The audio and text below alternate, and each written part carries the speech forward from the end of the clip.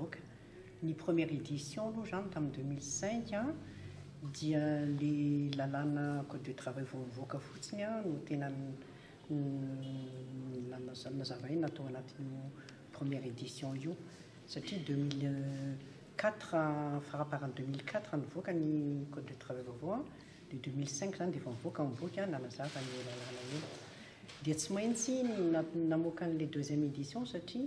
amin'izay zany a vao nisy ro lazaina hoe texte réglementaire zany hoe lalàna pitsopitso ny manazava an'le code de travail dia nisy ihany koa zany ny didim-pitsarana maro samihafa hoe ahoana ny fitsarana ny olana amin'ny tranga dia kanefa raha mahafantatra zany fa ny fiainana moa zany a misy miova ny toetrandro ny lalàna miova ny fanatontoloana eo ihany koa dia zay zany ty troisième édition ty zany a misy zava-baovao maro mihitsy no ao anatin'izy io a indrindra moa zany a fa antonantony a ny ahoana ny fanatanterahana fampiarana andreo convention internationale du travail zany hoe iraisam-pirenena didy iraisam-pirenena zany hoe ahoana no anampiaran'ny fitsarana azy dia misy koa zany a olana maro samihafa zay tsy hita mbola tsy hita tamin'ny taloha tamin'ny 2005 na tamin'ny 2011 dia ao anatin'io boky ihany koa zany a no amakafakana an'izany olana vaovao tranga zany dia eo koa moa zany le raha mahafantatra ny olana menjady amin'ny vehivavy le avy any amin'ny pays du golfe Arabie Saoudite sy ny sisa reny zany a dia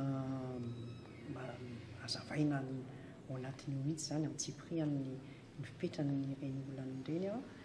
dia ny asan'ny travailleur handicapé koa zany a mbola tsy misy zany tany édition taloha fa n'ity édition farany ity zany vao azavaina zay zavatra zay dia io koa moa zany ny dida mandalana mifehy ireo solitenan'ny mpiasa le délégué du personnel moa zany lazaina azy a satria ny didy mikasika ny élection an'izy ireo sy mikasika ny syndicat koa zany a mbola tatao fara voavoaka dia misy fanazavana mombantankoa zany anatin'le grève moa zany a dia misy fepetra apetraky ny OIT mihitsy zany mikasika ny grève zany hoe zany a mipetraka aloha ny hoe liberté syndicale zany hoe ny fahafahan'ny mpiasa rehetra amiditra syndicat dia reo lehibe an'orinasa zany a zay misakana an'izay dia mety higadra mihitsy satria tena na ny constitution antsika na ny didy iraisam-pirenena dia manamafy mihitsy an'izay liberté syndicale fahafahan'ny mpiasa hitolona hiditra syndicat kanefa misy fepetra ihany koa nefa amin'ny fanantanterahana n'izany grève zany satria ny grève moa zany no tena fanehoana fisehoana zany liberté syndicale zany hoe rehefa tsy misy tsy mahafapo zany a dia afaka manao grève ny mpiasa mba azahoany a ny tombontsoa mifandray amin'ny asa tsy maintsy misy fandray amin'ny asa fa tsy resaka grève politique aloha zany dia tena tsy arovana mihitsy fa tsy maintsy misy antony mifandray amin'ny asa zany a zay vao arovana le droit de grève dia ny droit de grève moa zany midikany déjà rehefa manao grève a ka ara-dalàna le grève a mandeha moa zany le hoe fampahafantarana milo dia tsy mahazo mandroaka mpiasa manao grève mihitsy ny mpampiasa zay zany no tena dikan'le hoe grève a satria tsy miasa izy kanefa tsy azo hoany tsy miasa izy satria tolona syndicale no ataony kanefa io ndray misy an'le fepetra tsy maintsy ajaina ihany koa dia hoe ny karama dia satria misy asa tanterahana dia zany hoe zany a raha ohatra ka tsy miasa le olona fa manao grève a dia tsy azo hoany izy iny aloha zany dia efa mipetraka kanefa tsy mandray karama izy raha ohatra zany lalàna no jerevana raha ny lalàna no jerevana dia tsy misy ny karama na any amin'ny fonction publique zany na ny privé zany ny code de travail dia milaza mihitsy hoe tsy misy karama raha grevy dia ny fonction publique koa torak' izany koa kanefa ny olana eto amintsika dia le atao hoe misy jurisprudence constante zany hoe zany raha hita reny tolona hatramin'ny 72 2002 2009 reny zany grève lava reny dia nefa tsy nisy nanapaka karama mihitsy indrindra fa amin'ny fonction publique dia iny zany no azo entina ohatrany hoe jurisprudence constante zany hoe efa fomba mampanao ka manakery ve zay zavatra zay sa tsy manakery ve zay hoe tsy mahazo tapanan-kamana satria hatramin'izay fa zay ny zavatra miseho nefa ny lalàna moa zany dia efa eo ihany kosany moa ny lalàna hoe rehefa tsy misy asa dia tsy misy ny karama tombontsoa ny mifandray amin'ny asa ny takiny dia tsy azo hoany izy dia misy koa zany ny fepetra amin'ny lalàna iraisam-pirenena dia mikasika ny grève zany tsika resantsika ity dia hoe ro mpiasa amin'ny teny français moa nanovako azy hoe zay misahana asa mifandray amin'ny sécurité, la vie, la santé de l'individu. Zany hoe raha vao tsy miasa ianao dia mety misy mety maty le olona zany zay ohatrany hoe dokotera zany tohatra dia reny zany no atao hoe service essentiel dia amin'ilay service essentiel zany dia tokony tsy anao grève na faravarantsiny tokony misy service minimum fa ny ankoatran'izay ohatra hoe ny secrétaire fotsiny ny gardien reny dia tsy mahazo manao grève tsy azo iny misy teo hoe forcena mihitsy izy hoe tsy mahazo manao grève nareo fa kosa le lazaiko teo tsy azo hoany izy zay midika n'le grève tsy azo hoany fa kosa rehefa tsy miasa dia tsy misy ny karama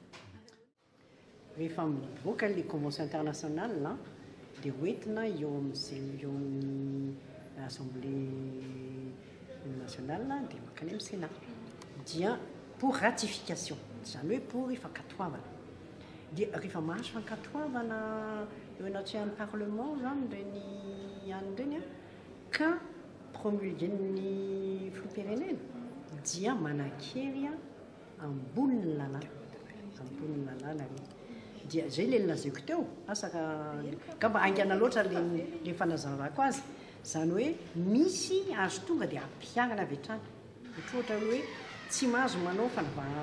fanavakavahana ny lasy ny vavy dia iny sady misy iny amin'ny international misy iny amin'ny constitution dia tonga dia azo ampiarana ny vantana misy indray nefa le convention internationale reo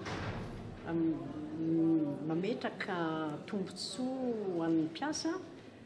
mihoatra ny lalàna atao tsika dia reny zany no ampiarana aloha dia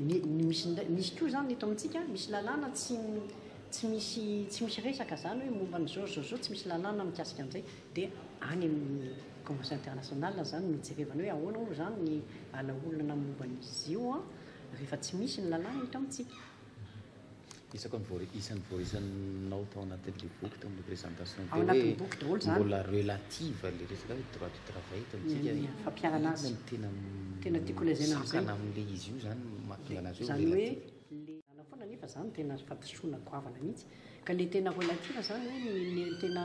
asaka ny tsara nareo fa ny amiko zany hoe dia tokony izy misy le dialogue social zany hoe misy resaka ny mpiasa sy ny mpampiasa amin'ny ao anatin'ny orinasa ary misy inge le comité des entreprises iny tena natao an'io dialogue social io mihitsy satria le comité des entreprises misy olo tena mpiasa misy olo tena mitapiasa dia ireo miara-mandinika ny olana miseho eo amin'ny orinasa dia rehefa ohatra hoe misy zavatra mitranga dia adidin'le mpampiasa